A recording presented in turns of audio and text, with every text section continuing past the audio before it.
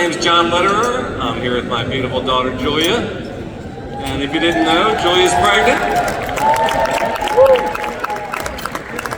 Julia is due May 3rd.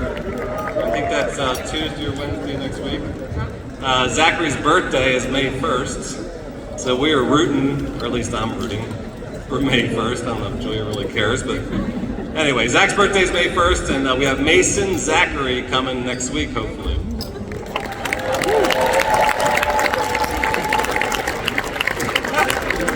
All right, Julia said I shouldn't have said the name, but it's too late.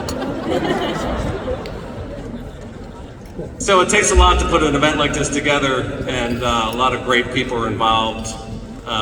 Julia, of course, she's the development and social media guru at Zach Against Cancer. We have Felicia Fleming, our executive director. She's a very amazing girl. She is the lead of the Zach Against Cancer Foundation and very, very special talent. We have Carol Flock tonight. She is our patient coordinator. Ann Moeller is our special programs coordinator. She's here tonight. And Lynn Barnard is here tonight. She's our grant writer, so thank you, Lynn. So it takes a lot more than just our staff. We have a huge group of volunteers that helped make this happen. So congratulations to all our volunteers, especially Laura Kemp and Laura Galat, who did all the silent auction items. They look like pieces of art back there. Maddie Daves and her boyfriend Kelly did all the centerpieces. Thank you, Maddie. So we want to thank you all for attending tonight's event. Tonight we are celebrating the 10th anniversary of the Zach Against Cancer Foundation. As you know, thank you. As you know, Zachary started this foundation in 2013. Unfortunately, Zach passed away in 2014, but the foundation continues to grow, continues to thrive, and continues to help a lot of great patients. Along with our supporters, volunteers, and our wonderful sponsors, we all share the same goal of fulfilling Zach's mission of helping those battling cancer, helping those who aren't as fortunate as most of us in this room. We are here tonight to celebrate you all, to celebrate our sponsors, our partners, our grant providers, our volunteers, and especially tonight we're going to celebrate Zachary Lederer. Zachary truly was an inspiration, thank you. Zachary truly was an inspiration to all of us. Zachary, throughout his cancer battle, his second diagnosis with cancer, he had every right to say, why me? He had every right to be selfish. He had every right to give up, but he didn't do that. His only concern while he was going through cancer was those around him. He was concerned about his sister. He was concerned about his mother and father. He was worried about all the cancer patients that he was with in the hospital and how they were going to be treated and taken care of. His goal was to help those people. He certainly worried about us and the pending devastation of living without Zachary. He did what he could to soften that blow, though. He made us believe that death was going to be a beautiful thing. And those are his words. He believed he was living the dream by helping others. He left us this legacy to continue throughout his foundation. He gave us a job to do.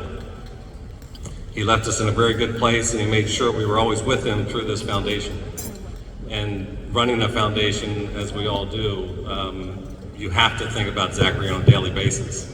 And he's with us through every step that we make, except for the seating tonight. Something happened there, Zach. We're all doing the best we can. His inspiration to all of us, I'd like to leave you with this, his inspiration to all of us is help one another. Help our friends, help our neighbors. Help those that are less fortunate. Those struggling, and even more help those that are fortunate. Zachary did that, and through his foundation we continue to do that. It's been a really wonderful 10 years. We've continued to grow. The foundation is doing tremendous work. We're affiliated with over 27 hospitals. Julia's going to give us some of the stats over the last 10 years.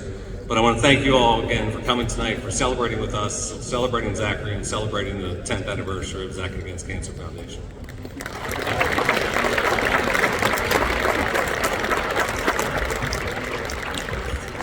just so you know, this speech was to be done by Chrissy, and Chrissy's not feeling 100% tonight, so she asked Julie to do it, so it might sound like it's coming from Chris. Well, I can change that. Okay. Thank you all so much for coming. My parents and I are unlucky enough to be a part of the 9% of all families in the U.S. who will lose a child under the age of 20 to any cause.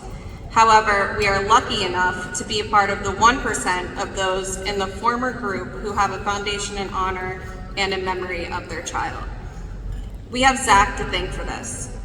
As my dad said, Zach worried about his family and his family having to move forward without him. The Zach Against Cancer Foundation is Zach's legacy. Everyone in this room is doing exactly what Zach would want us to do, helping to support those battling cancer. Zach left us very busy, and I know he is astounded and thrilled at all the accomplishments that the Zacking staff, board, committee, and volunteers have made. Statistics say that in the first 10 years, 30% of nonprofits will fail and cease to exist. Well, we made it to 10 years. Not only did the foundation make it through 10 years, but it made it through COVID, where we were unable to have any in-person fundraising events. I'd like to give a shout out to Jordan and Rob Baruch, who came up with the underlying premises of the 100 Grand Challenge. I would also like to recognize Coach Mike McCarthy, who came up with the Suit Up Challenge, a Centennial vs. Mount Hebron lacrosse team fundraising competition benefiting Zacking Against Cancer. Together, these two virtual fundraisers raised over $170,000 at a time when the foundation and cancer patients needed it the most. So thank you guys for that. In 10 years of Zacking Against Cancer, the foundation has assisted over 15,000 patients and their caregivers by providing the following: 62 high school seniors awarded with $2,500 college scholarships, 335 Zac Packs and Zac Snacks were distributed to patients, 434 patients and caretakers provided with Zoe's Day of Beauty at Johns Hopkins Pediatric Cancer Center, 453 patients assisted through our Coping with Cancer through Cannabis program. Say that 5 times fast. 3,101 patients received massage therapy during their chemo infusions. 3,338 patients were provided with rides to and from treatment through our partnership with Lyft. 4,343 patients were assisted with many ways, either financially oriented or service oriented, through our Little Things for Cancer program. 11,042 patients were treated through the music therapy during chemo infusions. I have no doubt that Zach is so proud. Thank you all for being here with us tonight, for your generosity, and for helping us forward on Zachary's mission.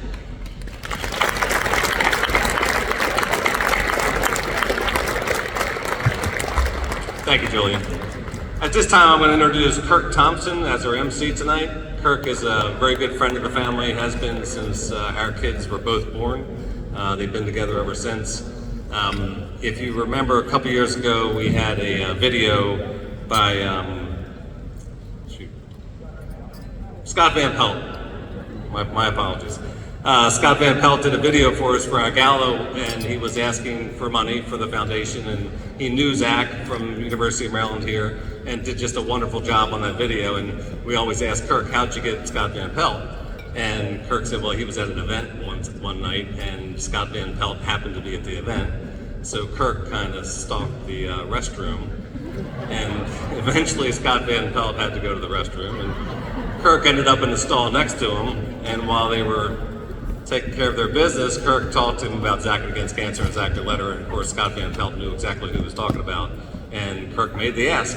Then Scott Van Pelt did the video for us, and it was a huge success. So right now I'm going to introduce Kirk Thompson as our MC for the night.